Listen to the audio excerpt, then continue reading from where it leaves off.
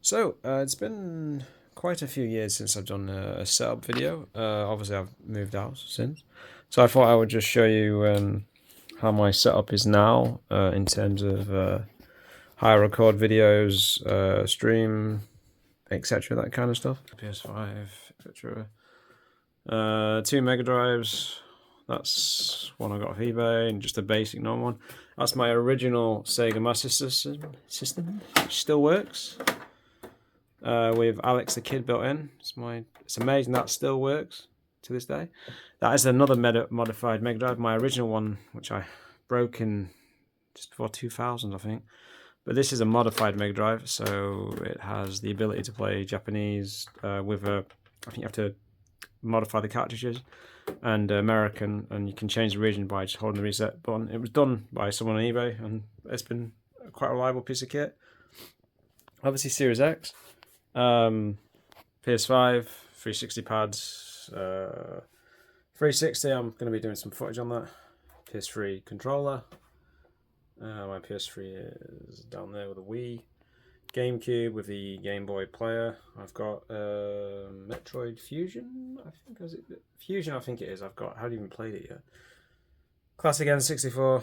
The Wii is actually my sister's. It really gets much use, although I have got Metroid Prime 3 on it. And all the way down there is my dinky old PS1, which sadly has seen better days, if I'm honest. I'm capturing footage. Was PS2, I was doing Scooby-Doo in the 100 Nights of Frights. Obviously, that was on the headsets. Quality good in terms of the audio. Not impressed with the build quality. I've only had it 2 years or something, and already, as you can see, and dog hairs, unfortunately, yes, because I haven't hoovered today. Yeah, it's all falling apart. In terms of, I would say that's the best headset I've ever had. HyperX, quality, sturdy. I did have my last one. I think I had an issue with the earphones in the end. One of them was cutting in and out, but generally, those have been the best quality headphones I've had. I've even had Logitech G935. Started off nice, and then it just gradually got worse and worse and worse. PC, same specs as always at the moment. We'll be upgrading the GPU soon though, because it's I've not had any problems, but I want to upgrade to at least a 12 or a 16 gig card, because the 8 gigs is memory on the 3060 Ti it's going to cause problems at some point. Ryzen 7900X B650 Strix gaming EF motherboard Wi-Fi, but I've got it hooked up to Ethernet because I've got that in there, the router there, Sky in that. I haven't used that much. I've only just got it back out after moving house. Yeti Nano microphone. I've been quite impressed with the quality of it. I usually use a headset, but generally, yeah, I've been quite happy with it. Same mouse. Corsair keyboard. That was the previous one. Razer keyboard, which I had before. Sadly, it works. Lighting doesn't work. I spilt something on it, and when I cleaned it, I wrecked it. So yeah, and I did it again with my mechanical keyboard. God, I've still got to hoover it and stuff. But I dropped. I don't know if anyone's heard of the Huel, like protein type drink type thing. I spilt that on it the other night because I'm off this week, and it went everywhere, absolutely everywhere. So I had to clean the keyboard very carefully, and hopefully, when I put the keycaps back on, because I've got to polish them and hoover up and that, it will still work, because obviously mechanical. But as you can see, it has some grime, some dirt on it still, which I've got to clean off, and some that's embedded in the key. So, but hopefully, it does say it's spill resistant. But then that said that was spill resistant, and but that's on me. So yeah, I have a load of rice there because I dropped my phone the other week into the shower, and yeah, as you can see, and it still works. So I'm very happy with that. It does work. Can scratch you up a little bit sometimes, but so far so good. And yeah, that's pretty much my setup now. That's the OSSC, which is obviously scattered into the PS2. I've got a so at the back here, I've got my Elgato. Jesus Christ, I can't talk. Device, which is here, which you cannot actually not see. So that goes into there, in and out. I've got the PC hooked up to the to output to the TV at the moment. So that it's yeah, so in and out on the Elgato device, so I can have things running in and I can feed it out, which is handy to have. The desk is from IKEA. It was about 200 or just under 280 quid, I think, or something like that. So I want a bigger monitor. I've actually been tempted to buy another one of these type TVs to put on there, but the only catch is going to be it's going to block the light from the window. So I haven't quite figured that out yet. This is key to the resistance of it all. This is a 2.1 switcher, 5 ports up to 8K, but it does, I think 8K it's at 60 Hertz, and 4K goes up to either 120 or 100 or 144 Hertz. I think it's 120. So that's been ideal for hooking any systems up, and obviously I can feed things in, and then it just in fact, why don't I demonstrate it? So PS5, let's switch it on, sorry. It should then in theory it should then switch over. Oh yeah, we go automatically.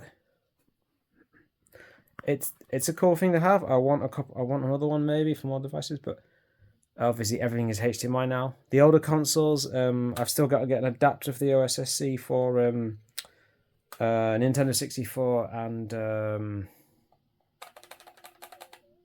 any consoles with composite, essentially. But as you can see, so yeah, I'm quite happy with it. It's been quite cool. I've been playing through Space Marine 2 on but on PC. It's awesome. Frustrating, particularly on the harder difficulties. But yeah, that's pretty much my setup. The monitor's nothing special. It's a 32-inch 1080p, 144 Hz ViewSonic. Oh god, I can't remember what the model name is off the top. It's a few years old now, but it's been a fantastic thing. But now that I'm using the TV more for stuff now, and obviously my card isn't really 4K, not natively. DLSS has got me there with Space Marine 2 so far, in terms of upscaling that, so I can run it. I don't know I can't record the frame rate as such without running like GeForce Experience or a recording thing like Fraps, but it's 40-50 frames a second I think at 4K, which is more than tolerable. Obviously I've just done a little video on the PS5 Pro, and basically I won't be buying one. I just don't see the point. I just don't think I think mid-gen refreshes are just, to me, they're irrelevant. I'd rather just buy a new GPU, which is what I'm working on at the moment, saving up for one. And at the moment, I haven't quite decided whether to wait for the new gen stuff or to go with. My considerations at the moment are and on both sides, AMD and Nvidia, 7900 XT or the XTX or the Nvidia 4070 Super, but I think that might be a tad underpowered. I'm not really 100% sure. I haven't quite decided as such, but one of them two, probably that 4070 or the 4070 Super, because the naming is a nightmare, or the 4070 Super Ti or Ti, however you pronounce it. And the AMD card comes in at the XT. The 79XT comes in about $629. I've seen it on PC, which is a good price. And it's substantially more powerful than a 4070 Super in everything but ray tracing, essentially. And it's fat, and it's going to be, I think the 4070 Super Ti or Ti is going to be trading blows with the 79XT. So I'm not really sure, but the ray tracing is obviously going to be more of an Nvidia thing. It's going to be far more. It's going to be far more powerful, I would have thought, on ray tracing side of things. But I haven't really played a lot of games with ray tracing of late, to be honest. The last one I played was Resident Evil 4, and I used FSR to upscale. So it's going to be it's interesting. So I'm just not sure what to do at the moment. But the Pro, the PS5 Pro, no, it's not for me. I think $700. It'll be about £700 or £800 with the drive.